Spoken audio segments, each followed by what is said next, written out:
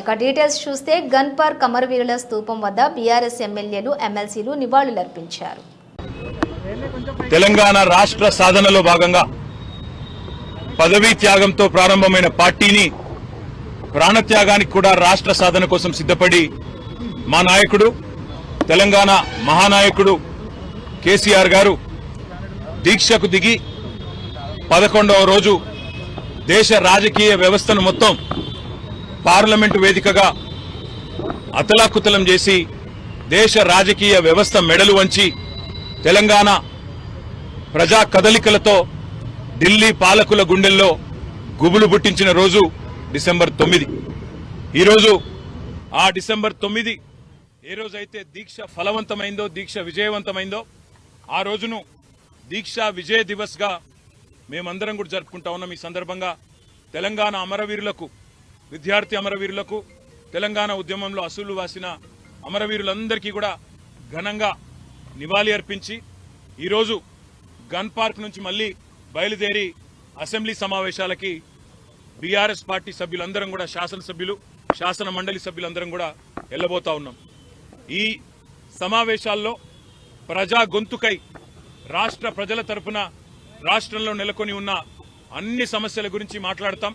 అదే మాదిరిగా ఈరోజు ముఖ్యంగా కాంగ్రెస్ పార్టీ చేస్తున్న దుర్మార్గపు ఆలోచన, దేశంలోనేమో అదానీ మంచివాడు కాదని ఇతర రాష్ట్రాల్లో ప్రచారం చేస్తూ ఇక్కడ రాష్ట్రంలో మాత్రం రేవంత్ రెడ్డి అదానీ అలై బలై చేసుకుని ఏ రకంగా ముందుకు పోతున్నారో, ఏ రకంగా ఒకవైపు రాహుల్ గాంధీ ఢిల్లీలో, అదేవిధంగా ఇతర రాష్ట్రాల్లోనేమో అదానీ మీద దుర్మార్గ ప్రచారం చేస్తూ ఇక్కడ మాత్రం అదానీ మంచివాడు అన్నట్టుగా నటిస్తున్నారో, ఆ ద్వంద్వ ప్రమాణాలను కూడా ఎండగట్టడానికే ఈరోజు ఈ రకంగా అదానీ రేవంత్ ఒకటై తెలంగాణ ప్రజలతో ఆడుతున్న నాటకాన్ని కూడా బయట పెట్టడానికే ఈ రకంగా మేము నిరసనగా ముందుకు పోతా ఉన్నాం.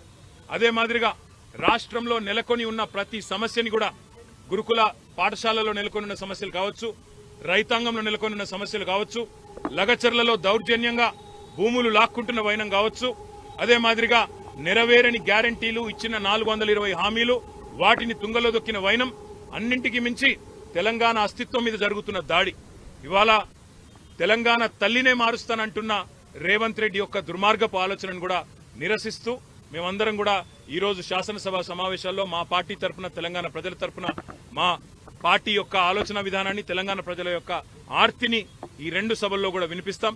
తప్పకుండా ఈ కాంగ్రెస్ పార్టీ యొక్క ద్వంద్వ విధానాన్ని, కాంగ్రెస్ పార్టీ యొక్క దుర్మార్గపు ఆలోచనని, ఎమ్మెల్యేల హక్కులను, చివరికి ప్రజాస్వామిక ఆకాంక్షలను కూడా కాలరాస్తున్న విధానాన్ని కూడా ఎండగడతామని మీ అందరికీ కూడా తెలియజేస్తూ, ఈ రోజు ముఖ్యంగా ఈ రేవంత్ రెడ్డి అదానీ దోస్తానని కూడా శాసనసభ వేదికగా ప్రజల ముందు ఎండగడతామనే మాటను కూడా మళ్ళొకసారి తెలియజేస్తూ అందరికీ ధన్యవాదాలు. జై తెలంగాణ. అన్ని మాట మూసీ విషయంలో, హైడ్రా విషయంలో, ఇంకా ఇతర చాలా ప్రజా సమస్యల విషయంలో ప్రభుత్వాన్ని ఈరోజు బీఏసీలో నిలదీస్తాం, ప్రభుత్వాన్ని అడుగుతాం. తప్పకుండా ప్రభుత్వ వైఖరి ఎట్లా ఉంటుందో మీరు చూస్తారు, అదేవిధంగా మా వైఖరి ఎట్లా ఉంటుందో కూడా మీరు శాసనసభ సమావేశాల్లో చూడబోతారు. ఇది రాహుల్ గాంధీ గారు పంపారు మాకు, ఎందుకంటే రేవంత్ రెడ్డి ఆయన మాట ఇంటలేడట, అదానితో దోస్తాన వద్దంటే కూడా ఇంటలేడట. రాహుల్ గాంధీ గారు ఎట్లాగో వాళ్ళ ఇంటలేరని చెప్పి మాకు పంపిండు. మరి మీరన్నా చెప్పండి, రేవంత్ రెడ్డికి బుద్ధి చెప్పండి అని.